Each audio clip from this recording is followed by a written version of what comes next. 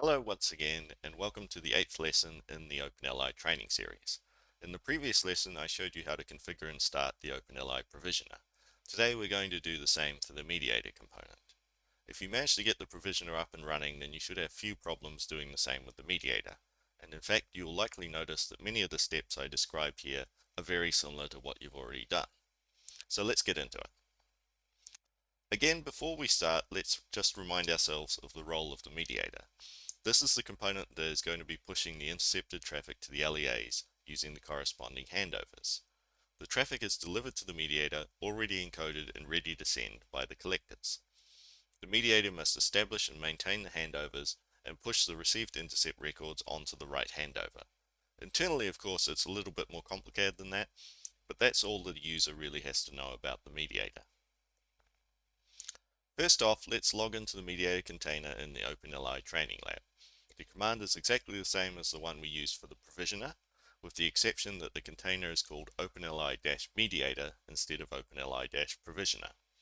Assuming that worked, you should now have a root shell within the running container with your current working directory set to /home/OpenLI-med. Like the provisioner, the mediator will be running a listening socket, this time to listen for connections from collectors that will want to send intercepted traffic to the mediator. To configure that socket, we're going to need to know which IP address we want the socket to listen on. We can employ the same technique as we did with the provisioner to get the IP address on interface ETH1 using the IP-add-a-list command.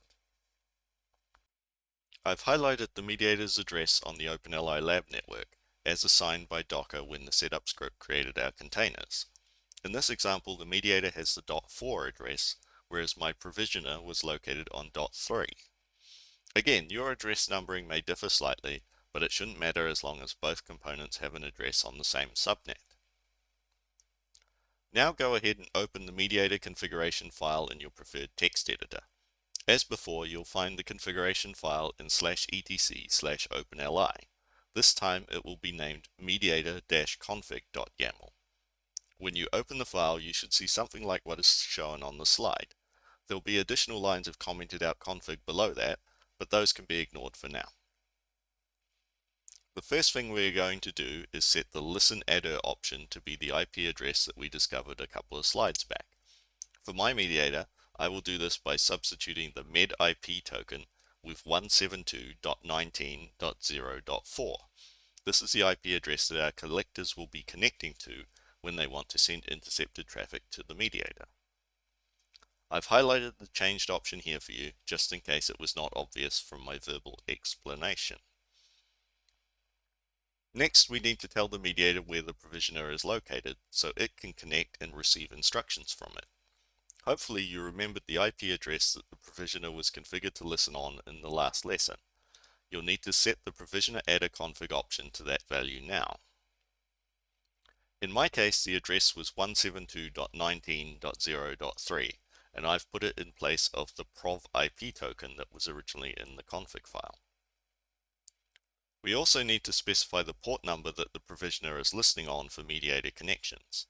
I used 9002 when I configured this socket on the provisioner in the last lesson. This port number goes with the provisioner port configuration option alongside the provisioner IP address.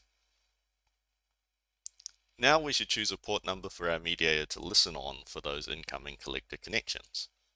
As with the provisioner ports, you can choose any port number over 1024 that you are currently not using for anything else.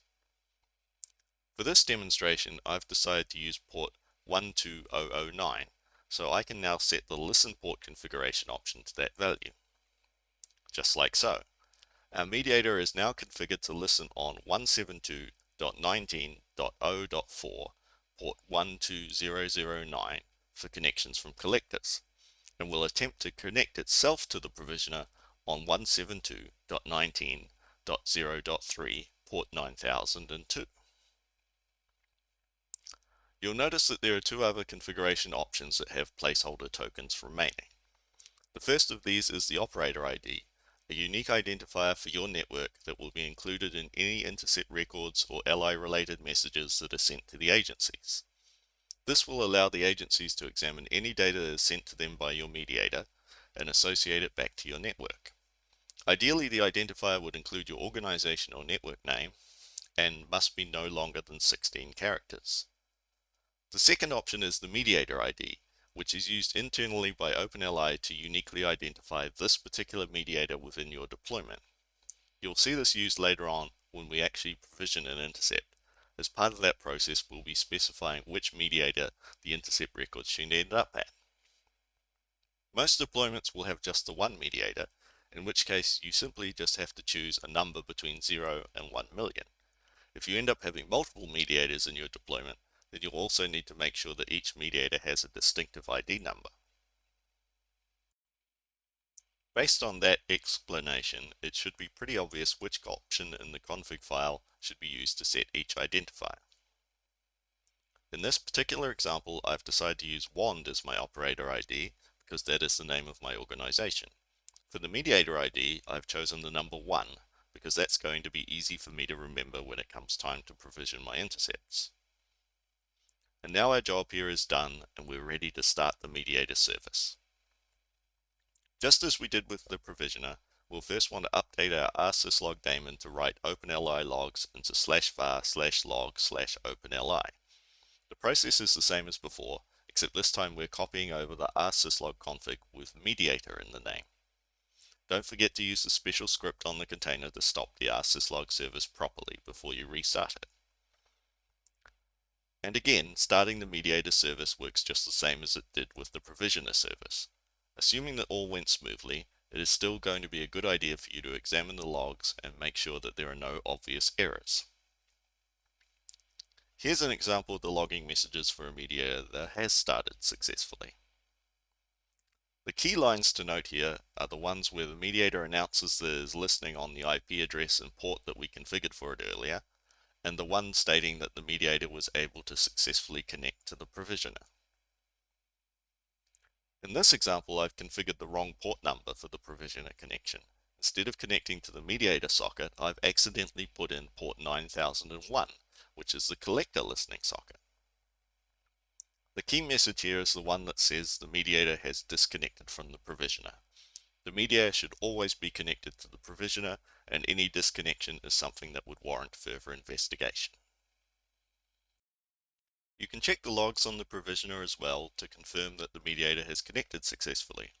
For each mediator that you have, you should see a log message much like this one in the provisioner logs. If there was an error, you should see some more detailed messages that might indicate the source of the problem.